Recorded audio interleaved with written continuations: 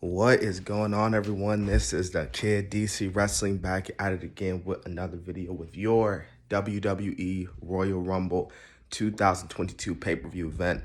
And, I had high expectations going into the show. I was thinking that this show was going to be an amazing show all around. And for the most part, I thought it was a pretty good show for the most part. It wasn't a bad show, but wasn't like the greatest pay-per-view of all time, if that makes any sense. I would give it a solid 8 if I'm being quite honest with you.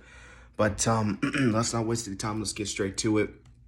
We saw Seth Rollins and Roman Reigns for the Universal Championship. Seth Rollins coming out, man, with the Shield gear and all, and the Shield theme was just an epic callback. And for the most part, man, this was a really good match. There was really times where it seemed like Seth Rollins was actually going to do it. And for a second, when he hit that curb stomp, I thought he was going to do it, beat Roman Reigns. But he didn't. Well, technically he did, but it was by DQ.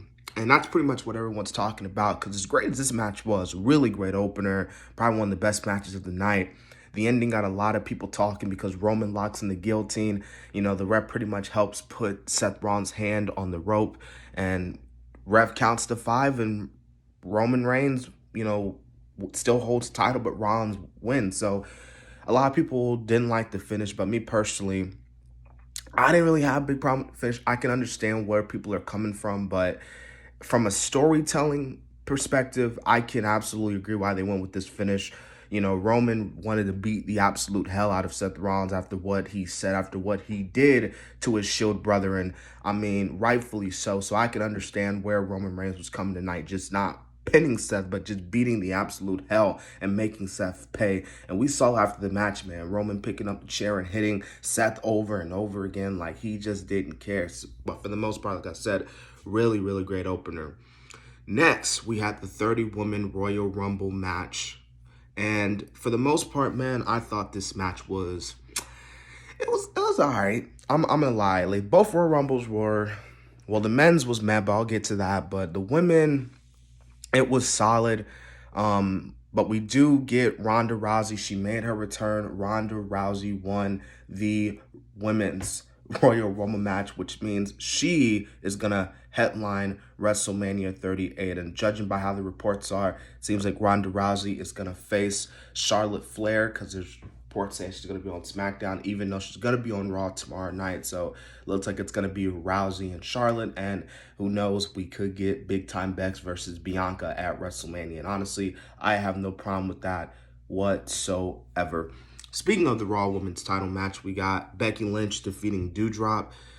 No offense to these women. It was a math match, to be quite honest with you.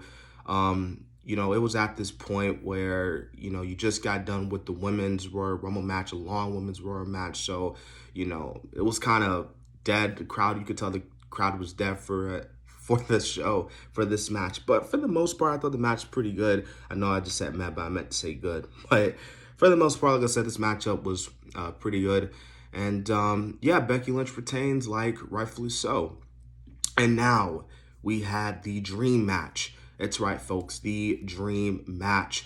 Bobby Lashley versus Brock Lesnar for the WWE Championship. And Bobby Lashley wins because Roman Reigns comes out. He takes the WWE title, hits it with Brock Lesnar, spears him, and he wins. Bobby Lashley wins. Roman screws Brock, and just absolute shockingness, man. It's insane. It's absolutely insane, man. Now, for the most part, between Bobby and Brock, because this was a match everybody, including me, was looking forward to, I thought the matchup, like I said, was pretty good for what it was worth. It could have been a little bit better, in my personal opinion, but, Brock and Roman, obviously, with the way things happened in the end of the night, we're going to get Brock and Roman at Mania, rightfully so. So, yeah, but hey, the Almighty is the new WWE champ. Next, we had Edge and Beth Phoenix taking on Miz and Maurice.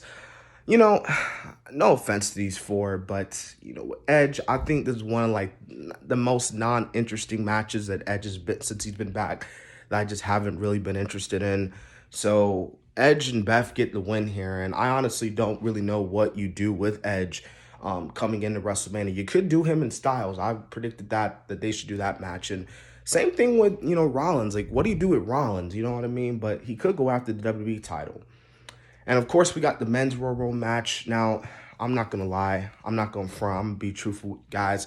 For the most part, the men's Royal Rumble match was kind of boring, to be quite honest with you, for the most part. It wasn't really till we got down to the nitty-gritty was when it was like, okay, like this is pretty good. But for the most part, it was pretty boring. We did see Bad Bunny, which was cool.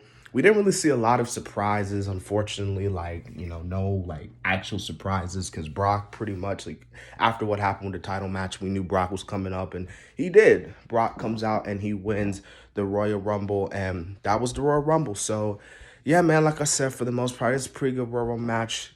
I mean, pretty good Royal Rumble pay-per-view. I had a lot of high expectations, though, but, hey, for the most part, it's pretty good. So, this has been the Kid DC Wrestling, and so, yeah.